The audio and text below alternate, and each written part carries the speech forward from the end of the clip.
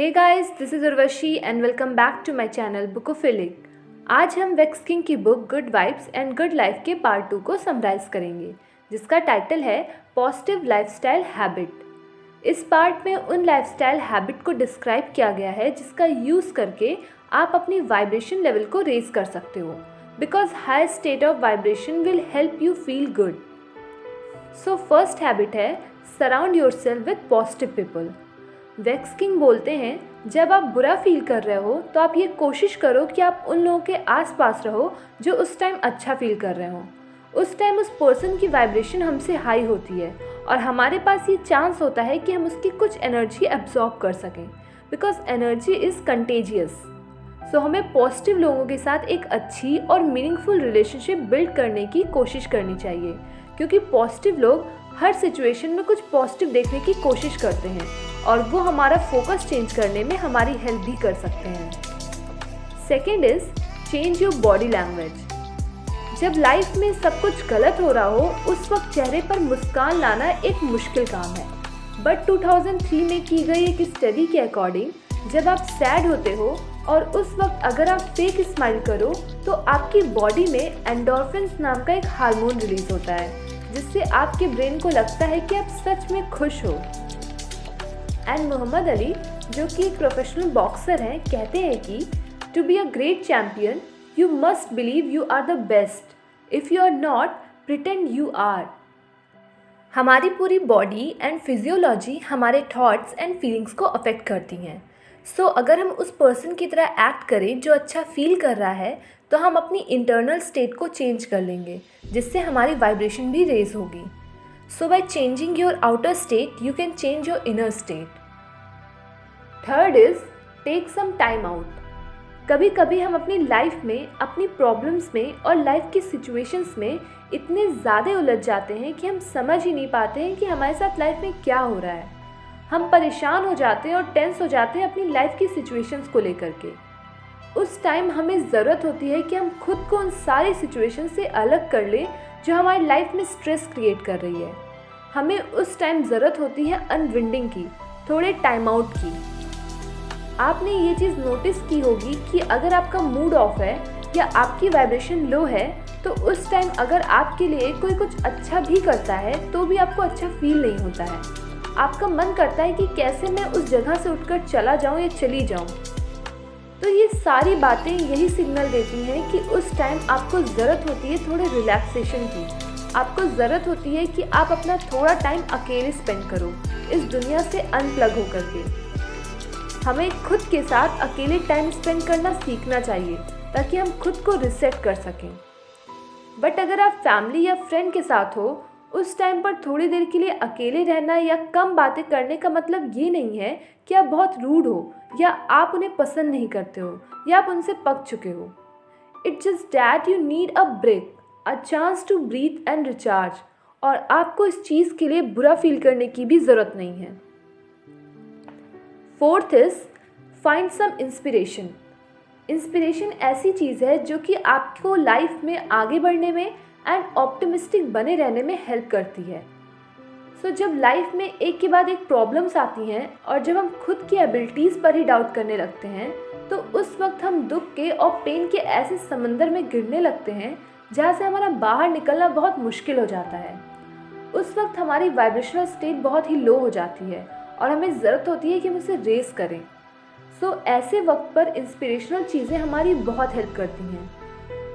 सो इसके लिए आप कोई सेल्फ हेल्प बुक पढ़ सकते हो, कोई इंस्पिरेशनल मूवी देख सकते हो, पॉडकास्ट सुन सकते हो या कोई पर्सनल डेवलपमेंट ऑडियो बुक्स भी सुन सकते हो। जब आप ऐसी इंस्पिरेशनल चीज़ों से इंटरेक्ट करते हो तो आप ये सीखते हो कि कैसे लोग अपनी ज़िंदगी में आगे बढ़ते हैं जबकि सारी सिचुएशंस उनकी लाइफ में उनके अगेंस्ट होती हैं, कैसे वो हमेशा इंस्पायर्ड रहते हैं और कैसे उनका सेल्फ बिलीफ कभी भी कम नहीं होता है। वेक्स किंग बोलते हैं कि जब उन्होंने ये सारी चीज़ें अपनी लाइफ में अप्लाई की तो उन्होंने सीखा कि इस दुनिया में जिसने भी कुछ बड़ा किया है उसने उतने ही बड़े चैलेंजेस और फेलियर्स को अपनी लाइफ में फेस भी किया है। Fifth is stay clear of gossip and drama. Vex King बताते हैं कि ज़्यादातर लोगों को गॉसिपिंग में और ड्रामा में बड़ा मज़ा आता है। उन्हें दूसरों की लाइफ में क्या चीज़ें हो रही हैं उसे जानना और उसे आगे स्प्रेड करके उसे मज़े लेने में भी बड़ा मज़ा आता है, क्योंकि ऐसा करने पर हमारी ईगो सेटिस्फाई होती है और हमें खुद के बारे में अच्छा फील होता है। बट ये सारी चीज़ें हमारे वाइब्रेशन को लो करती हैं। And according to Ayurveda, ancient Indian medical system ये बोलता है कि गॉसिपिंग हमारे एनर्जी के सेंटर पॉइंट, जिसे हम चक्रास बोलते हैं, उसे अफेक्ट करती हैं और जो हमें हाई वाइब्रेशनल स्टेट में जाने से रोकती हैं। सो हमें खुद को ऐसे कन्वर्सेशन से दूर रखना चाहिए और कोशिश करनी चाहिए कि हम कुछ पॉजिटिव बातों को डिस्कस करें, ना कि किसी की बुराइयों को। 6th point is short out your nutrition and water. इस सेक्शन में वेक्स किंग बोलते हैं कि जो चीज़ें हम खाते या पीते हैं वो हमारी वाइब्रेशंस एंड रियलिटी को अफेक्ट करती हैं। 1949 में एक फ्रेंच इलेक्ट्रोमैग्नेटिज्म एक्सपर्ट जिनका नाम आंद्रे सैमेंटन था, उन्होंने अपनी एक रिसर्च पब्लिश की जिसमें उन्होंने बताया कि हर फूड में सिर्फ कुछ अमाउंट में कैलोरीज ही नहीं होती हैं, बल्कि उनमें इलेक्ट्रोमैग्नेटिक पावर भी होती है जो कि वाइब्रेशनल होती है। मीन्स हर फूड की अपनी एक वाइब्रेशन होती है और जब हम उन फूड का इंटेक करते हैं तो वो हमारी वाइब्रेशन को अफेक्ट भी करती हैं।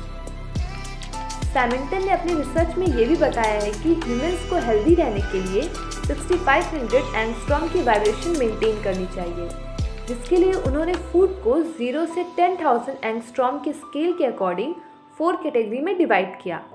फर्स्ट कैटेगरी है हाई वाइब्रेशन फूड की, सेकेंड है लोअर वाइब्रेशन फूड की, थर्ड है वेरी लो वाइब्रेशंस की एंड लास्ट कैटेगरी है लो एंगस्ट्रॉम फूड की। सैमिंगटन की रिसर्च हमें यही बताती है कि किस फूड को हमें यूज़ करना चाहिए अपनी वाइब्रेशन को हाई करने के लिए और किस फूड को अवॉइड करना चाहिए। बट इन सब चीज़ों के अलावा एक इम्पॉर्टेंट चीज़ और है जिसकी इम्पोर्टेंस को हम इग्नोर नहीं कर सकते हैं, और वो है वाटर। वाटर हमारी बॉडी को हाइड्रेट रखता है और हमारी बॉडी से अनवांटेड टॉक्सिन्स को फ्लश करता है एंड हमारी हाई वाइब्रेशंस को मेंटेन भी करता है। So make fresh filtered water your primary source of fluid. 7th is express gratitude. हम हमेशा अपनी लाइफ में कंप्लेन करते रहते हैं कि हमारी लाइफ अच्छी नहीं है, हमारी सिचुएशंस अच्छी नहीं है, हमारी लाइफ में बहुत सारी प्रॉब्लम्स हैं एंड एट्सेट्रा एट्सेट्रा। बट कभी आपने ये सोचा कि आप जहाँ पर भी हो, आपकी सिचुएशन जैसी भी हैं, न जाने कितने लोगों के लिए आपकी लाइफ एक ड्रीम लाइफ होगी। वो चाहते होंगे कि वो आपके जैसी ज़िंदगी जी सकें, लेकिन हम फिर भी इसको लेकर कंप्लेन करते रहते हैं। बल्कि हमें उन सब चीज़ों को लेकर ग्रेटफुल रहना चाहिए जो हमारे पास हैं। हमें डेली अपनी लाइफ की ब्लेसिंग्स को काउंट करके उनके लिए थैंकफुल रहना चाहिए। तो जब आप ग्रैटिट्यूड को प्रैक्टिस करते हो तो एक बार के लिए ज़रूर इमेजिन करिएगा कि अगर वो चीज़ें जिसके लिए आप ग्रेटफुल हो आपकी लाइफ में नहीं होती तो आपकी लाइफ कैसी होती। ऐसा करने से आपके अंदर एक strong feeling and emotions develop होगा, जिससे आप ग्रैटिट्यूड के पावरफुल स्टेट में एंटर कर सकोगे। 8th point is study your emotions. Vex King बोलते हैं कि हमारे डोमिनेंट थॉट्स हमारे इमोशंस को इन्फ्लुएंस करते हैं। हमारी फीलिंग्स हमारे थॉट्स का ही रिजल्ट होती हैं। सो हमें अपने निगेटिव थॉट्स को इग्नोर नहीं करना चाहिए, बल्कि हमें अपने इमोशंस और फीलिंग्स को समझने की कोशिश करनी चाहिए, जिससे हम उसे ट्रांसफॉर्म करके अपनी वाइब्रेशंस को भी चेंज कर सकते हैं। इस बुक में वेक्स किंग ने 5 स्टेप मेंशन किए हैं जिसका यूज़ करके हम अपने निगेटिव इमोशंस को पॉजिटिव में कन्वर्ट कर सकते हैं। First step is identify. अपने इमोशनल स्टेट को चेंज करने के लिए हमें सबसे पहले ये समझना होगा कि हम क्या इमोशंस फील कर रहे हैं, तभी हम उसे चेंज भी कर सकेंगे। Second step is challenge. इस स्टेप में हमें खुद से ये क्वेश्चनिंग करनी होगी कि हमारे एक्शंस की वजह से हम कैसा फील करेंगे और कौन से थॉट्स इसके लिए रिस्पॉन्सिबल हैं। Third step is understand. हमें अपने फीलिंग्स के पीछे की डीपर मीनिंग को समझना होगा और उनको अपॉर्चुनिटीज़ की तरह यूज़ करके ग्रो करना होगा। Fourth step is replace. इस स्टेप में हमें अपने निगेटिव थॉट्स को उन थॉट्स से रिप्लेस करना होगा जो हमें एम्पावर करें। Fifth step is visualize. हमें ये विजुअलाइज करना होगा कि हम उन सारी सिचुएशंस को ईजिली हैंडल कर रहे हैं जिसमें हम अभी थोड़े वीक हैं। But repetition is the key to mastery. तो हमें इन सिचुएशंस को बार बार रिहर्स करना होगा, तभी हम फ्यूचर में इन चीज़ों को हैंडल कर पाएंगे। 9th point is awareness of the present. Life में हमेशा हम पास्ट और फ्यूचर में उलझे रहते हैं, लेकिन हमें ये समझना होगा कि पास्ट वो है जो जा चुका है, भले ही हम उसे कितना ही अपने माइंड में रिक्रिएट क्यों ना कर लें, और फ्यूचर वो है जो अभी तक हमारे सामने आया भी नहीं है, लेकिन फिर भी हम मेंटली वहीं फंसे रहते हैं। एंड टेक्नोलॉजी के एडवांसमेंट ने तो लोगों को और भी ज़्यादा प्रेजेंट से दूर कर दिया है।